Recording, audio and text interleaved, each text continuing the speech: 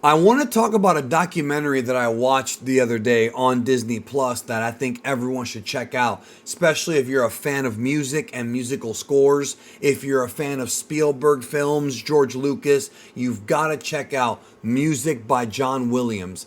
This documentary was basically produced and directed by Laurent Bozerar, or maybe it's Bozero. I'm not too good with French names.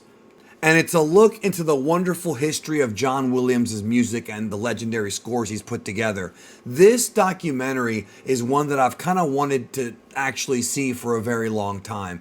Going into the history of what is undoubtedly the greatest film composer of all time and a man who's touched so many legendary movies and franchises: Indiana Jones, Jurassic Park, Star Wars, the Superman films, Harry Potter. The list goes on and on and on. And the wonderful thing about this documentary is not only does it go into John Williams' sort of creative process. Like, you find out tidbits of how he worked with Steven Spielberg, how he worked with George Lucas. It talks about his family, his father, his jazz roots, and it's all sort of put together by this huge cast of people who either worked with him or admired him. You've got people here like Steven Spielberg, of course. You've got Alan Silvestri on this documentary. Ron Howard is on this thing. Just there's a lot of different George Lucas. The story of John Williams and how powerful his music is and what it means to the world needs to be told. And this is a wonderful way to kind of learn about the man and the past. It goes into how he met Steven Spielberg, how he was able to compose the theme for Jaws, and how Spielberg was skeptical at first. He thought maybe those two notes, the dun were too simple. And that, of course, segues into some of the stuff that John Williams did that I didn't even know he did. Before doing like many legendary film scores, he did a lot of older movies.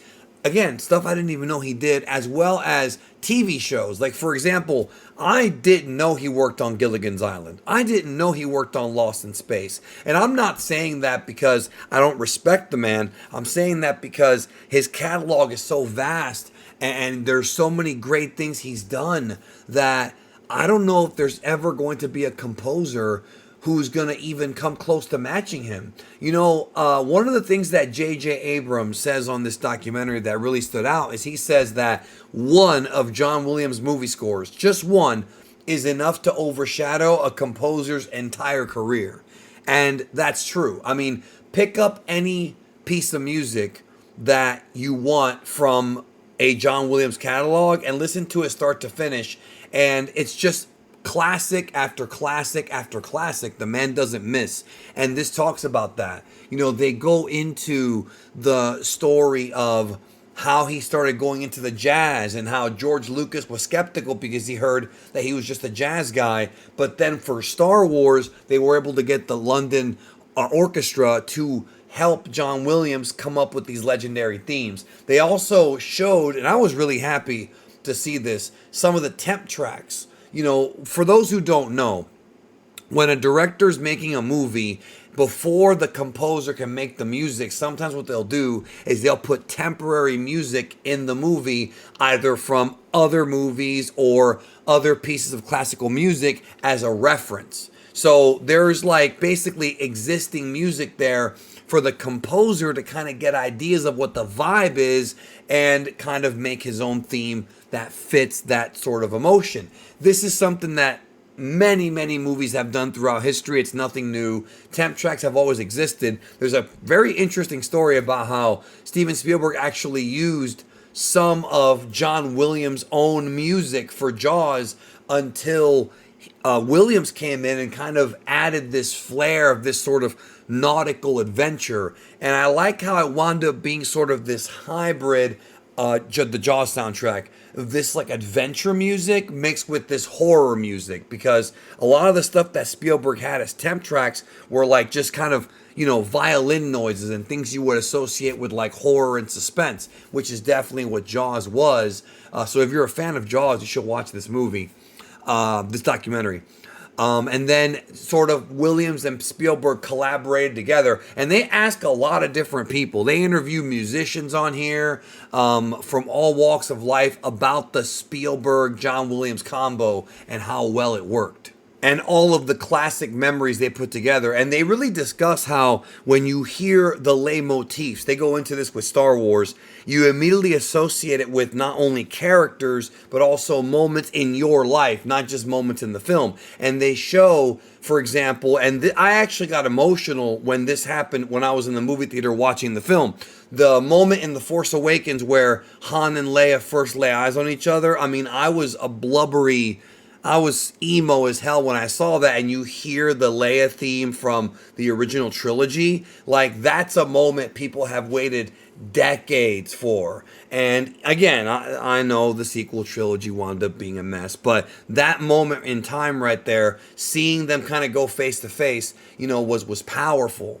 And it brings back memories of the original trilogy and of those characters. And Lucas talks about how he wanted to create specific themes for characters. They even sort of tell this story about how the original Binary Sunset moment was not quite what Lucas wanted. So he told John Williams more of the emotion and kind of what's in Luke's head.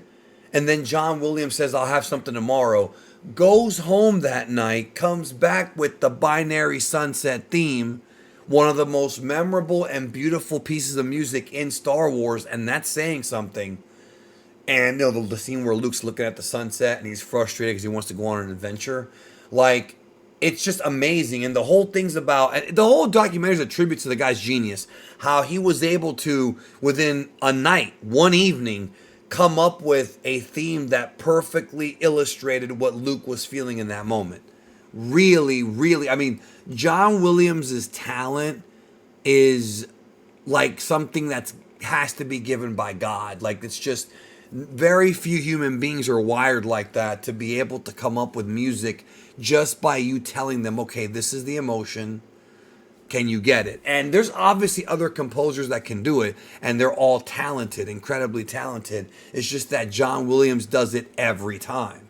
They go into the Superman soundtrack and they play this awesome clip of Christopher Reeve saying that without John Williams, Superman's powers are diminished. And it's just great. It's great. They shift the focus onto 1993 and discuss Jurassic Park and Schindler's List, two Spielberg films that John Williams did the score for, and they're complete opposite movies in tone, in subject matter. Like, they're very, very different movies. And they talk about how John was able to take, the musical feel, like, Jurassic Park being this story of wonder, like sort of like the idea of like kids going to a museum and seeing the bones of these dinosaurs and being amazed that they once walked the earth. And it's got this sort of very adventurous vibe compared with Schindler's List, which is dark, gloomy, depressing, and it shows the worst of people, and he was able to make that work for both movies. They go into a little bit of John Williams' score in the sequel trilogy. Well, mostly Force Awakens.